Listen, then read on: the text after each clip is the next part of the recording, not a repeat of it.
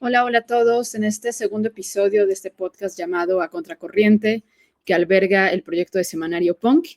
Y bueno, hoy estamos aquí con otro invitado que se llama Carlos Pérez Ricart. Muchas gracias, Carlos, por aceptar estar aquí acompañándonos desde el CIDE.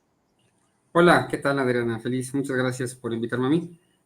Y bueno, voy a presentarte, Carlos, para la audiencia, para que sepan quién eres, para quien no te conozca. Y bueno, Carlos Pérez Ricart es profesor investigador de la División de Estudios Internacionales del Centro de Investigación y Docencia Económicas, es decir, el CIDE. Es doctor en Ciencias Políticas por la Universidad Libre de Berlín y licenciado en Relaciones Internacionales por el Colegio de México.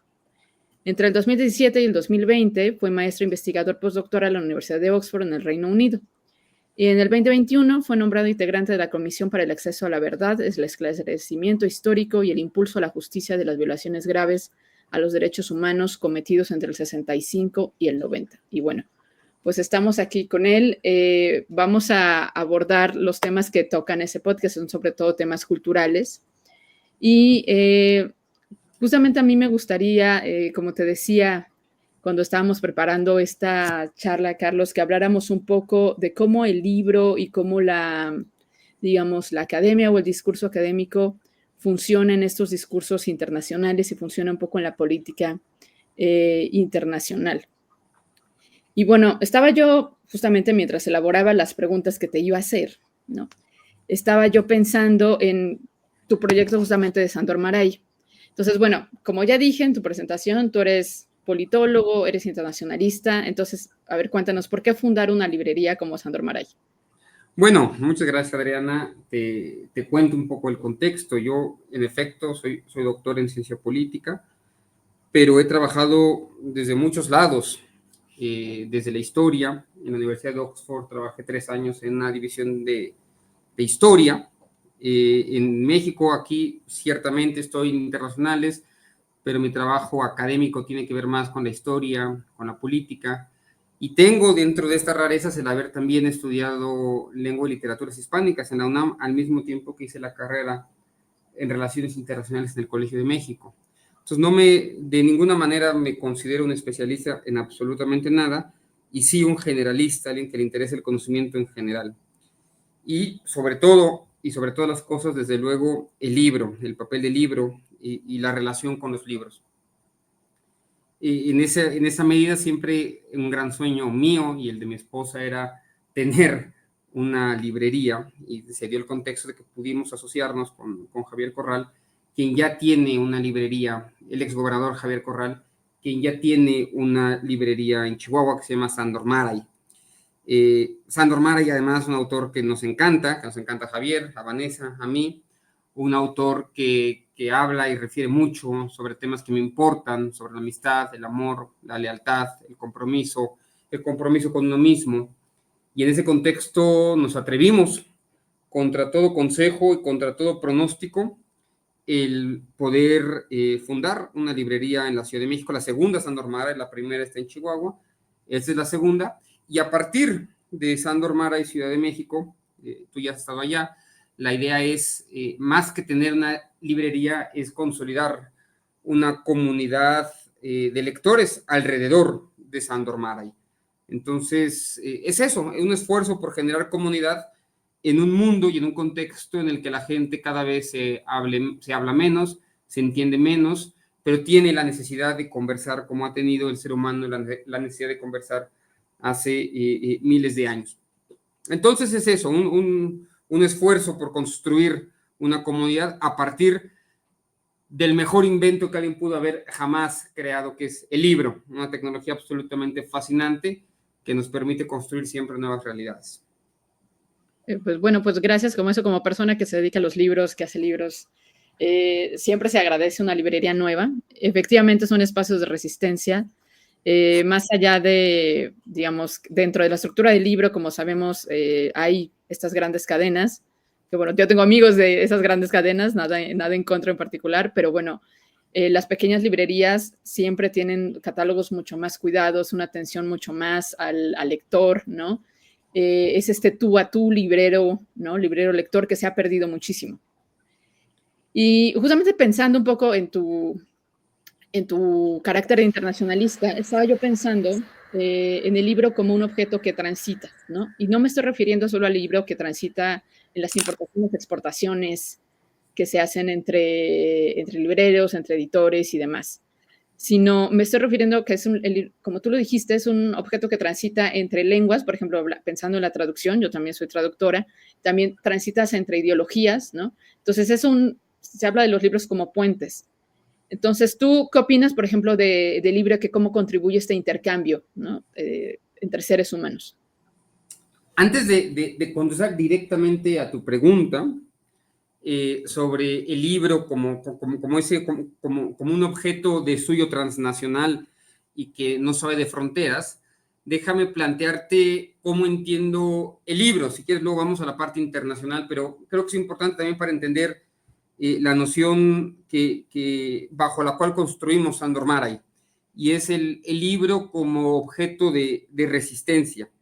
Antes te decía en la primera intervención que nosotros, bueno, que yo pienso que realmente que el libro es una gran tecnología.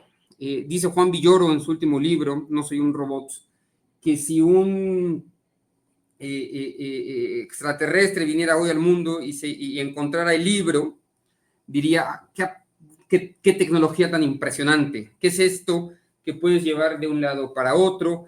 ¿Qué es esto que puedes rayar? ¿Qué es esto que dura décadas, incluso siglos, sin que le pase absolutamente nada? Que puedes compartir, que puedes guardar, que es portátil.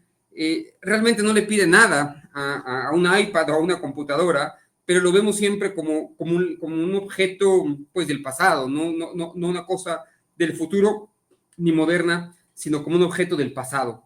Nosotros queremos reivindicar el libro, no solamente como tú ya lo mencionas, de suyo, un objeto transnacional, sino, más importante quizás, un objeto de resistencia frente al presente y frente al futuro. El libro como ese objeto que te permite no estar anclado en el algoritmo, que te permite, trascender al algoritmo, que te permite trascender la velocidad, las pantallas, lo digital.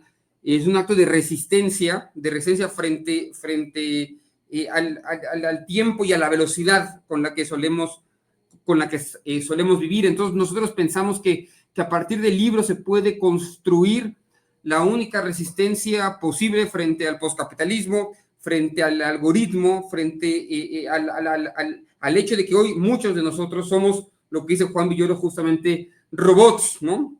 Estamos perfectamente perfilados por las plataformas que saben nuestros patrones de consumo a la perfección, y el libro es ese objeto de resistencia que nos permite construir nuevas relaciones. Yo estoy seguro que esta crisis que tú ya mencionabas, de falta de librerías, de libreros, de relación uno a uno, es una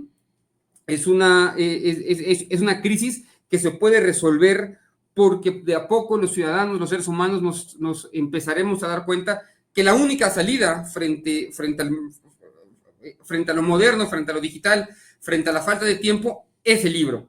Entonces creo que el libro va a volver, va a tener otra de sus muchísimas vueltas para demostrarnos que sigue siendo perfectamente moderno y que puede ser la alternativa precisamente a la velocidad. Esa es, digamos, es la estructura bajo la cual basamos las premisas de lo que tiene que ser Sándor Márai. Ahora bien, ya la pregunta que tú me haces con respecto a los libros como objetos que no entienden de fronteras, pues, ¿qué te digo? Nuestra librería se llama Sándor Márai, un escritor que escribe en húngaro, que vive en Estados Unidos, que tiene una librería en México, y me parece fascinante que un escritor como él, ¿no? que además recibe muy poca atención en su momento en Europa y que muere prácticamente desconocido, haya podido ser traducido. La obra de Sándor Márai, por ejemplo, sigue siendo traducida al español, al inglés y a todos los idiomas, y hay un proyecto de traducción hasta el 2036,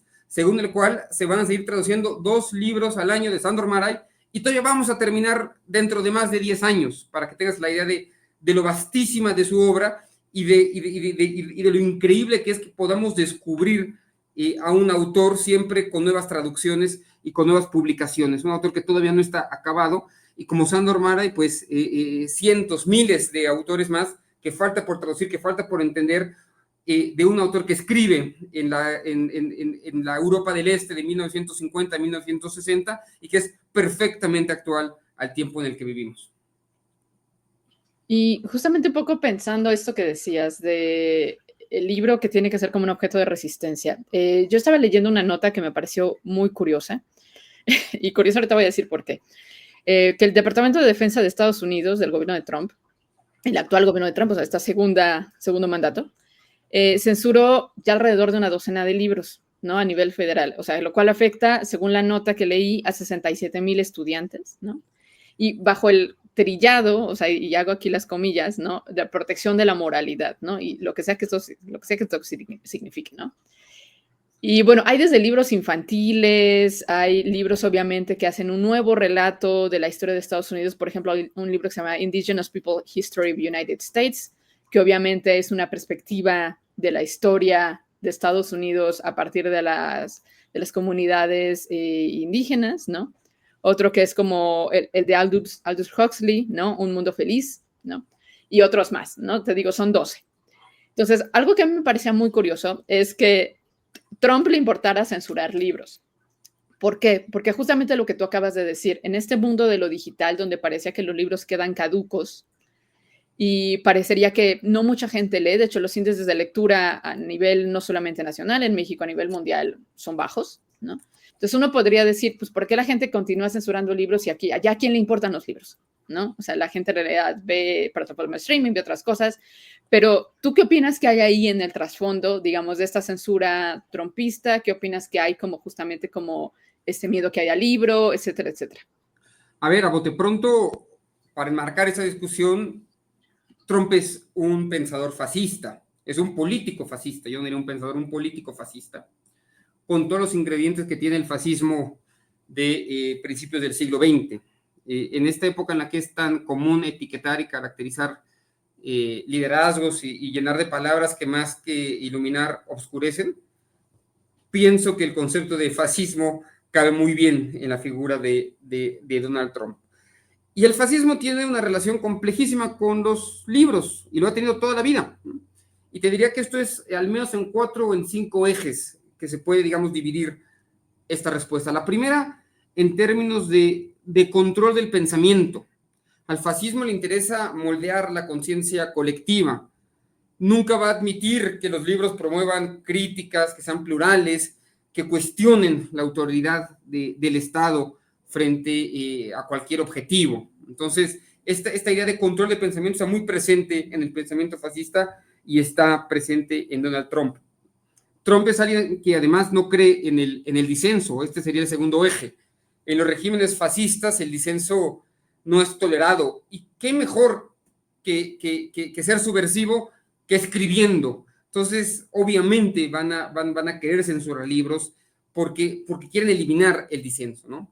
El tercer aspecto que es muy relevante y que va además toca perfectamente el tipo de libros que están censurando hoy en Estados Unidos, tiene que ver con el hecho de la reescritura de la historia, ¿no?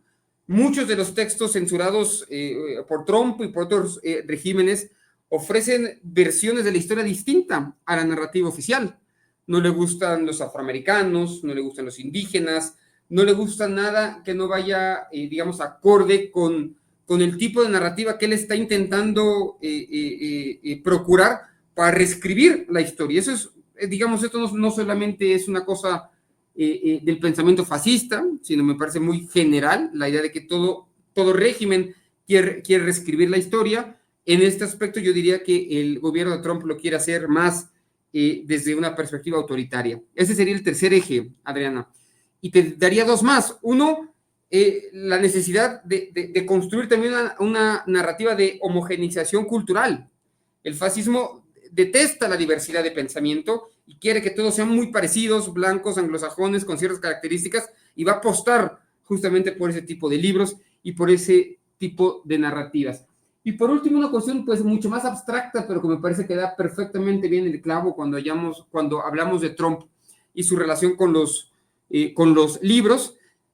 Es una idea muy básica, pero leer estimula la empatía, leer estimula la duda, la complejidad. La literatura cuestiona lo que parece de suyo, inamovible, y entonces siempre van a estar en contra de la imaginación, y van a tener esa relación siempre muy perversa con los propios libros, ¿no? Esas son las cinco grandes ejes en los que yo entendería el rechazo de Trump hacia los libros en general, y que yo creo que se va a exacerbar en lo que sigue de su cuatrienio. Y justamente muy vinculado está estas noticias que hemos leído o visto en redes, ¿no? También acerca de los conflictos de Trump con las universidades de élite norteamericanas, ¿no? Estas que se llaman las Ivy League, ¿no? Que Colombia, menciona Colombia, que finalmente Colombia dobló los brazos, ¿no? Y sobre todo ahorita el conflicto actual con Harvard, ¿no? A quien pues, le amenazó con bloquear el financiamiento federal, ¿no? Para que no contratara a pues, académicos extranjeros, ¿no? De ciertos países que obviamente le son incómodos en particular, ¿no? Y bueno, ¿tú qué nos puedes decir? ¿Qué opinas de cómo va a afectar esto a la universidad? No solo a la Universidad de Harvard, o sea, en particular, sino al conocimiento global, ¿no? A todo lo que conocemos como conocimiento a nivel mundial. Otra vez, esto es parte de un proyecto de instrumentalizar el poder estatal para disciplinar lo académico, ¿no? De lo que se trata es de someter el conocimiento académico a la narrativa oficial, enmarcado, y esto es muy importante, en una batalla cultural que sí hay en Estados Unidos. Empecemos por comenzar que en Estados Unidos hay una batalla cultural contra lo que Trump se hace llamar la ideología de género, la ideología de izquierda radical, el adoctrinamiento de los jóvenes que odian a los Estados Unidos, que odian todo lo que es para él Estados Unidos, ¿no? Hay visiones del mundo irreconciliables, y que Donald Trump, como ideólogo, también está dispuesto a llevar hasta la última instancia, ¿no? Vemos un conservadurismo moral que se enfrenta al pluralismo progresista que digamos que representaría un gobierno como el de Barack Obama, por ejemplo, ¿no? Y en el caso concreto de las universidades, lo que hay es un sentimiento profundamente antielitista, de populismo antiintelectual, en el que el intelectual está completamente desfasado de las necesidades del pueblo, y por tanto hay que atacarlo, porque la universidad promueve el escepticismo, la universidad promueve la complejidad, promueve el relativismo moral, todo lo que no le gusta al fascismo, otra vez. Entonces, esto va mucho más allá de las universidades, va mucho más allá de Harvard, y es entender el contexto en el que el mayor poder que jamás ha existido en la historia de la humanidad, que son los Estados Unidos, está en esta batalla cultural, en este momento siendo ganada por un proyecto fascista que representa a Donald Trump. Es muy preocupante. Y, por ejemplo, yo estaba pensando que, y bueno, he leído notas al respecto, notas de opinión, y me parece que tienen razón, que esto para Trump es darse, yo creo que para los Estados Unidos es darse un balazo en el pie, ¿no? Porque, digamos, se ha dicho que obviamente hay esta fuga de cerebros que captan las universidades norteamericanas, donde muchos de estos investigadores, intelectuales o académicos de otros países, sobre todo de países de lo que le llamaremos del sur global, migran desde Estados Unidos con sus aportes, sus investigaciones, ahí las desarrollan, obviamente financiadas por estas universidades, y luego se quedan en Estados Unidos, y incluso las patentes, hablemos de ciencias, ¿no? O ciertas investigaciones se quedan en Estados Unidos, y entonces se vuelve como propiedad de Estados Unidos. Y ahí, bajo esta lógica, pues Estados Unidos va a perder esto, y se habla mucho de que China puede tomar el relevo, ¿no? Y entonces decir, bueno, no quieres a estos académicos, estos investigadores, pues entonces yo sí los recibo, ¿no? Y bajo esta lógica, ahí es lo que muchos nos preguntamos, ¿en qué diablos está pensando Trump? O sea, ¿cómo va a beneficiar esto? O sea, ¿cómo lo beneficia? Porque más allá de que, como dices, es una ideología fascista, pero francamente hay muchos que decimos, no entendemos, ¿no?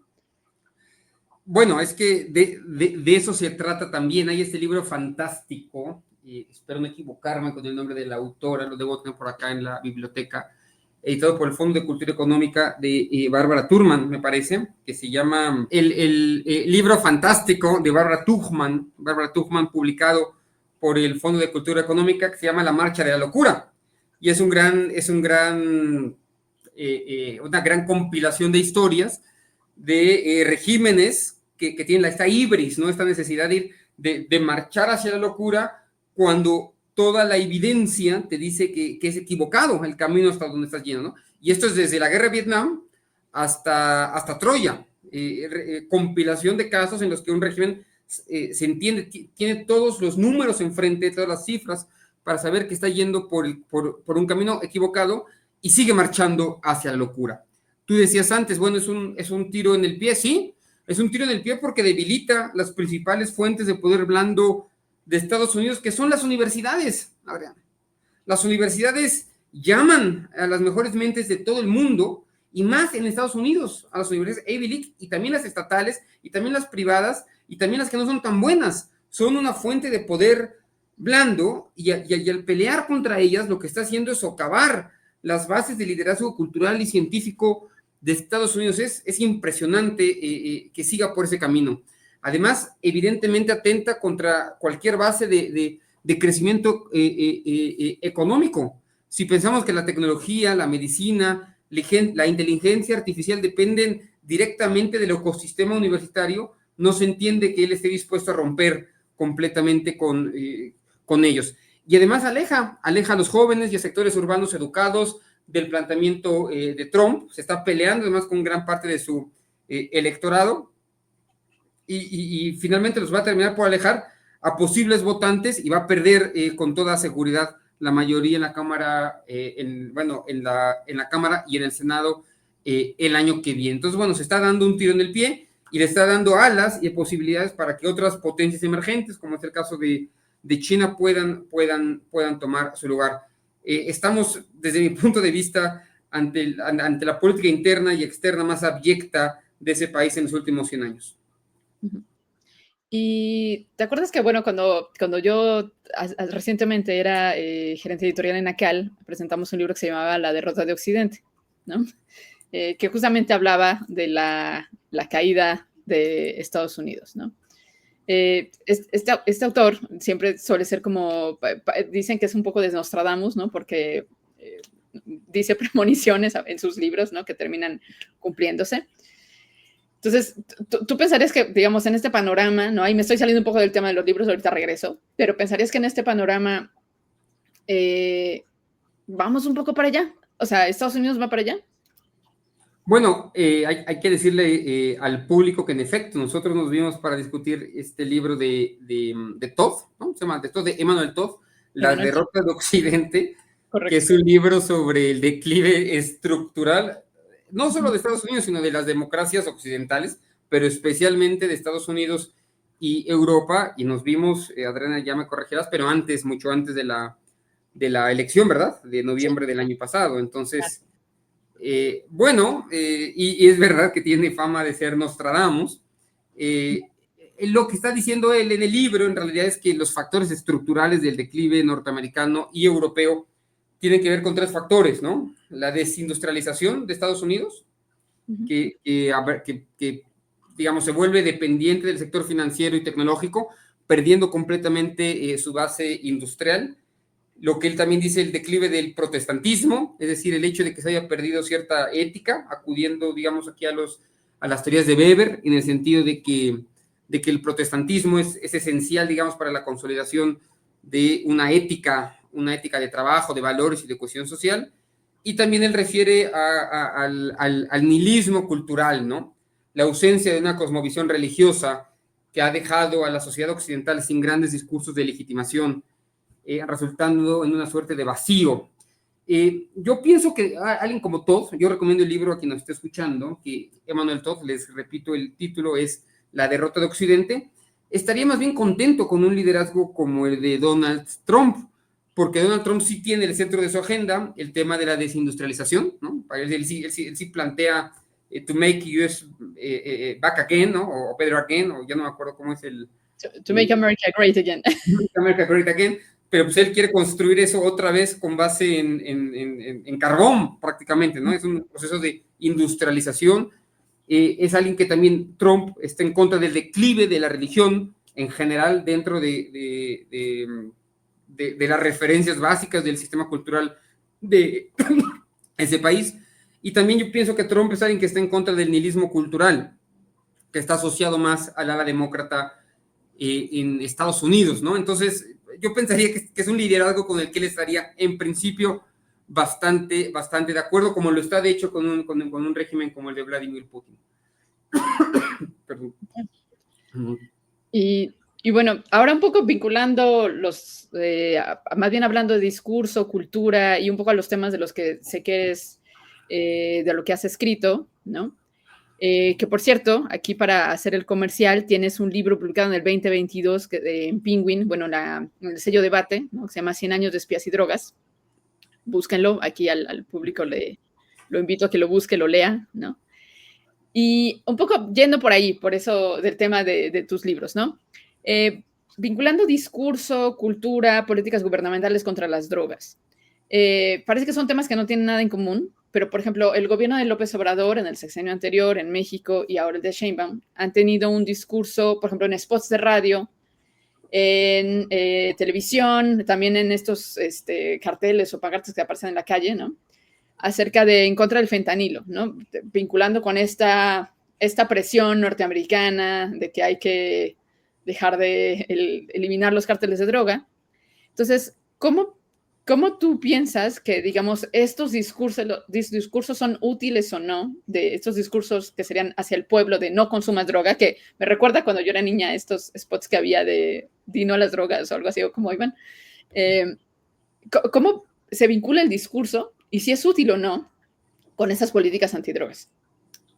¿O piensas que es nomás un parche, no? Yo pienso que es uno de los grandes errores de nuestros tiempos, que la prohibición absoluta de drogas, de todas las drogas, aquí soy muy enfático, para mí no es una discusión de la marihuana o del hachís o de unas drogas en particular, sino de todas las drogas, y su prohibición y criminalización es un error histórico que nos va a costar en el futuro, pero que nos ha costado ya mucho en el pasado y nos sigue costando mucho en el presente, Adriana.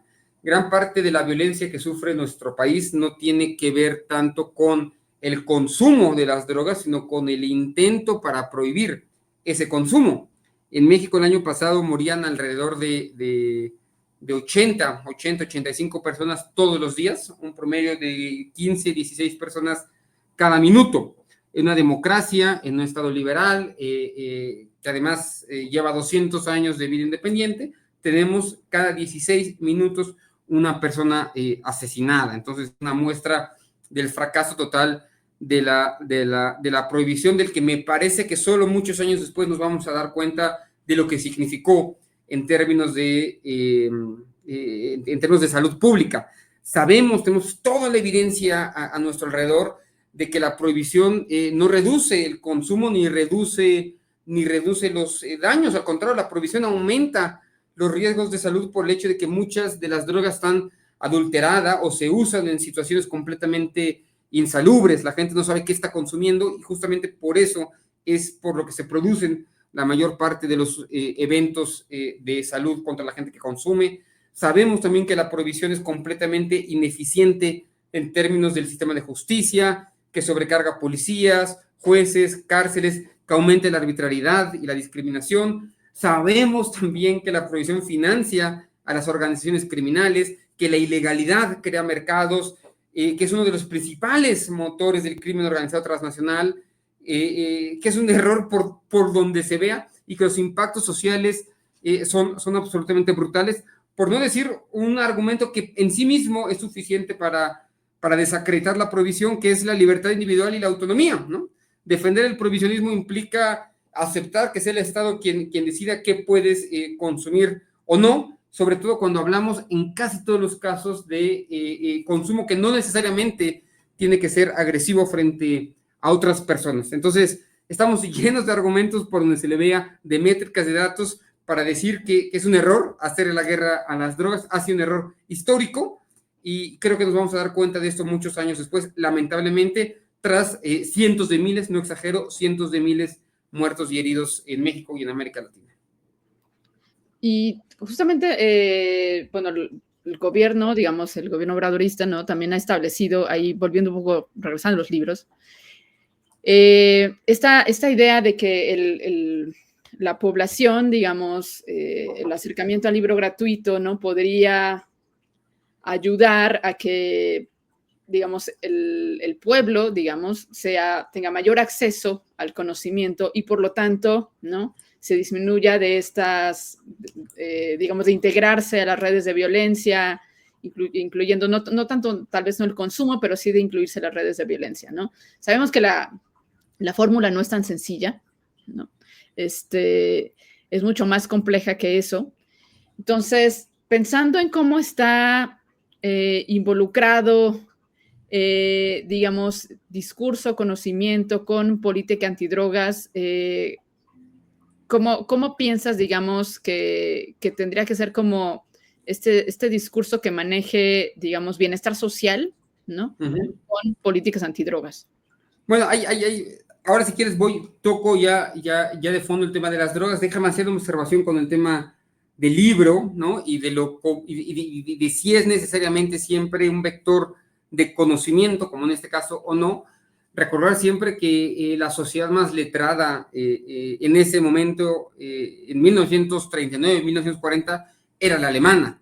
Y es esa población la que decide elegir a Hitler como primer ministro y la que acepta después, en menor o mayor medida, la guerra y después el holocausto y todo lo que eso conllevó. La lectura crítica es indispensable, no basta leer, hay que saber cómo leer, hay que saber qué leer, hay que saber con qué lentes leer, ¿no? Los libros pueden desinformar, manipular, refuerzan prejuicios, no siempre tener más información es mejor. El último libro de Yuval Harari, Nexos, me parece genial en eso, ¿no? En el argumento presenta el argumento de que más información no siempre es mejor. Lo importante es ordenar esa información y verificar esa información, y una vez que esté ordenada esa información, analizarla de manera crítica. Después de ese caveat enorme y de ese matiz enorme, está la pregunta si leer nos hace mejores, ¿no? Y nos hace tomar mejores decisiones.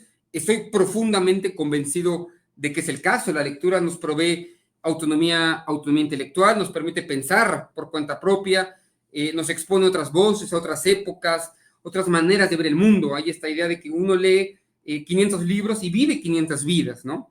El libro fomenta la memoria colectiva, preserva el conocimiento histórico, científico, literario, filosófico, nos ayuda también, como dijimos antes, a imaginar lo diferente, a imaginarnos vidas distintas, nos saca de lo inmediato, y eso es importante. Y lo más importante desde mi punto de vista en cuanto a la lectura, y esto va con todos los temas, incluido por supuesto el tema de las drogas, nos permite desarrollar ideas complejas. Yo pienso que eso no lo va a poder superar jamás el podcast, de ninguna manera lo va a superar las redes sociales, los videos breves, porque los libros te permite ir a tu tiempo con ideas complejas, a desarrollar matices, contexto, argumentos bien articulados, fomenta la concentración, la reflexión lenta, la lectura crítica. El libro es la profundidad frente a la inmediatez del tiempo en el que vivimos, para volver con el argumento con el que comenzamos la conversación de hoy. No tengo la menor duda de que una sociedad que sabe que leer, que lee con cuidado, que lee de manera crítica, va a tomar mejores decisiones de salud, como en el tema de las drogas, como en cualquier otro aspecto. Estoy seguro que cuando uno lee las cosas de manera correcta, es un mejor esposo, es un mejor esposo, un mejor padre, es un mejor amigo, es un mejor maestro, es un mejor alumno, es un mejor ciudadano, se comporta también de una mucho mejor manera con sus prójimos. Y ahí un poco saliéndome un poquito del tema, pero no tanto.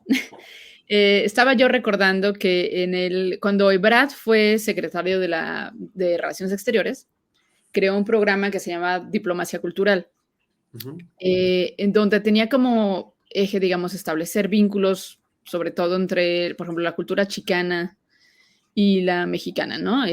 Incluso yo podría decir que yo participé editando algunos de los libros. ¿Cómo crees que la cultura funciona justamente como herramienta? Y ahí sí vínculo con tu respuesta anterior. En esos asuntos de diplomacia, ¿no? O sea, ¿cómo funcionan estos cruces, ¿no? O sea, ¿para qué sirve? Me resumías contra la diplomacia cultural. O sea, ¿sirve, no sirve?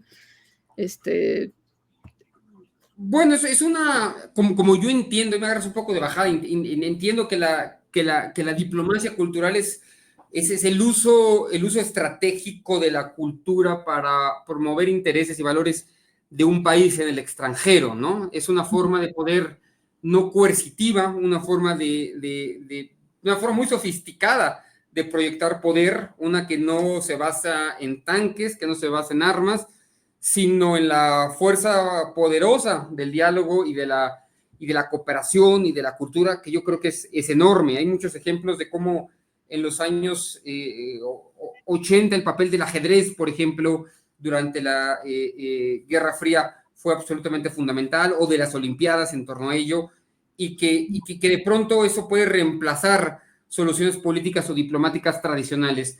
Y pienso que un país como México tiene que apostarle a ello de la misma manera en que Estados Unidos apostó por el cine de Hollywood y apostó por otro tipo por el jazz, por la literatura, como herramientas contra la influencia soviética, como lo hace también y como lo ha hecho históricamente Francia con el uso del idioma, como lo hace España con el Instituto Cervantes, como lo hace China con los institutos Confucios. Me parece que México tendría tanto que poder ofrecer a ese respecto y aprovechar mucho mejor las herramientas que le da la diplomacia. Bueno, puede aprovechar mejor las herramientas que tiene dentro como herramienta de diplomacia cultural, no tengo la menor duda de ello. Y bueno, ahorita para cerrar, no sé si nos puedas dar algunas recomendaciones de tu librería, de algunos títulos que nos podrían ayudar a comprender lo que sería la política internacional, en particular lo que hablamos de esta conversación, lo que tiene que ver con Trump, lo que está sucediendo en el actual gobierno mexicano, o sea, política internacional y política nacional, si nos puedes dar algunas recomendaciones, no solamente pueden ser incluso de literatura, ¿no? Que haya estos, en fin. Bueno, te voy a decir lo que he estado leyendo últimamente y que me ha parecido más interesante. Además, ahora como librero, bueno, te debo confesar, bueno, yo soy profesor acá en el CIDE, ya lo dijiste, doy clase en la licenciatura, en la maestría, en el doctorado acá, y cada vez pienso más mi profesión como un recomendador de libros, como un divulgador de la lectura. Tenemos tanta información ya que quizás lo que más necesitamos es de pronto gente que nos ayude otra vez, a clasificar, que nos ayude a ordenar, que nos ayude a distinguir. Pensar es clasificar, ¿no? Y me entiendo cada vez como esa persona que puede llegar con una persona y decirle, mira, creo que este libro te puede ayudar a pensar otros horizontes y luego tú puedes profundizar sobre ello.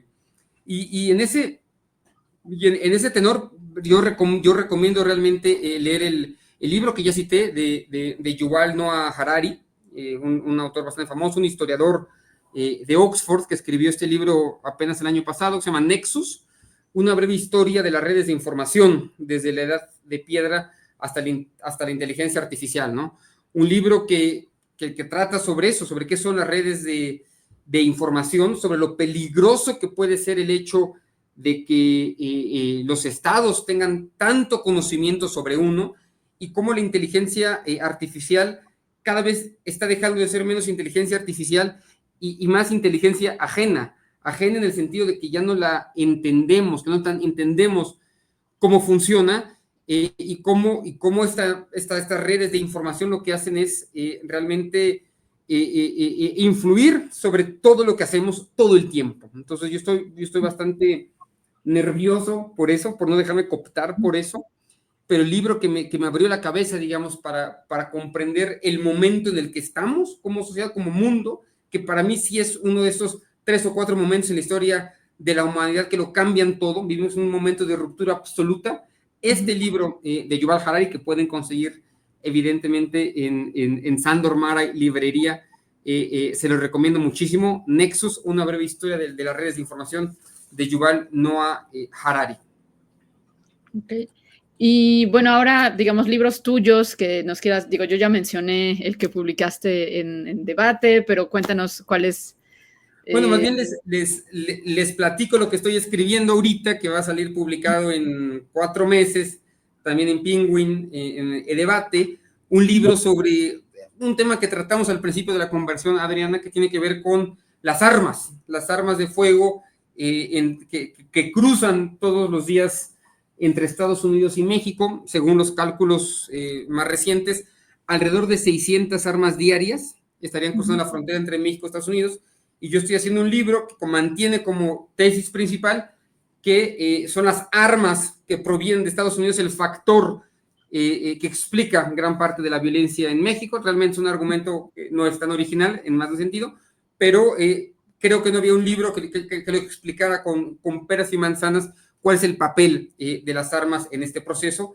Y concluyo que no hay que hacer la guerra a las drogas, justamente como decía antes, sino que hay que hacerle la guerra a las armas. Es importantísimo para poder volver a un estado de paz, de cierta convivencia en México, realmente restringir el flujo de armas de Estados Unidos a México. Entonces, estoy terminando, hoy de hecho en la tarde voy a terminar, espero, uno de los capítulos para proceder a la conclusión.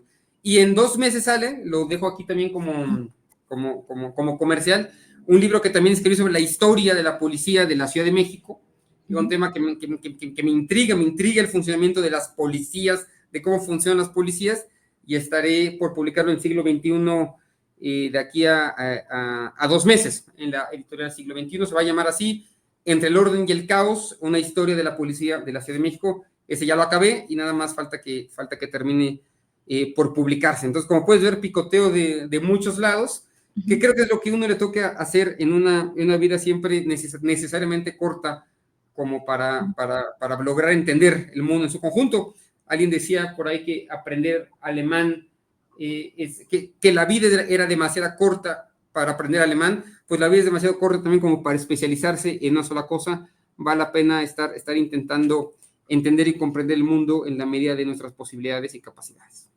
Sí, bueno, eso tú concluyes con una idea de que yo siempre defiendo, se llama el pensamiento renacentista, ¿no? Esta idea de ver al mundo como un gran espacio de conocimiento. Y bueno, pues ahí están los libros que tiene por sacar Carlos Pérez Ricart, búsquenlos cuando salgan. El de la policía, yo creo que, bueno, por desgracia para las víctimas y el país, digamos, ahorita viene muy a cuento con lo recientemente sucedido en el gabinete de Clara Brugada. Digamos que hay una gran discusión acerca del tema de la policía, incluso del funcionamiento de la policía. Y bueno, yo creo que nos va a dar como bastante información, ¿no? Para entender esta problemática. Déjame, si me dejas, porque no quiero terminar con una recomendación de algún libro mío, sino sí de un libro de Sándor Márai que me encanta.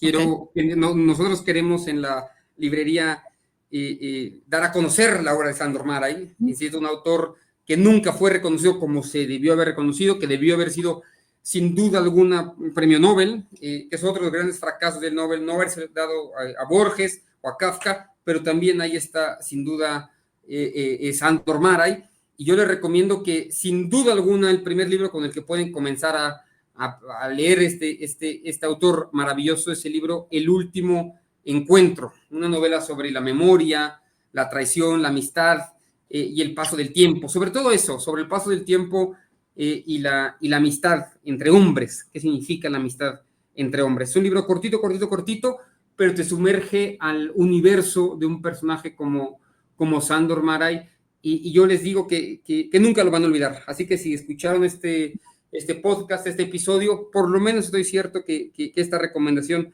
no se les va a olvidar, y si lo quieren, consíganlo con nosotros ahí en Sándor Márai. Estamos en Emilio Donde número 7, a un costado de la Ciudadela, aquí en Ciudad de México. Perfecto, te voy a decir que nos dieras la dirección ya. Muchas gracias. Y bueno, pues muchas gracias por estar con nosotros, y voy a cerrar con una frase que tú ahorita me diste la idea, que es, y bueno, tampoco es tan nueva y alguien la ha usado, que es más libros, menos armas. Y apostemos por un mundo así. Y pues muchas gracias, Carlos, por aceptar estar en este segundo episodio. Ya te estaremos ahí compartiendo la grabación. Y bueno, pues gracias a todo el público que nos escucha. Y bueno, ahí busquen los libros que recomendó Carlos, por favor. Muchas gracias, y mucha suerte con el podcast. Que vaya bien. Chao, bye.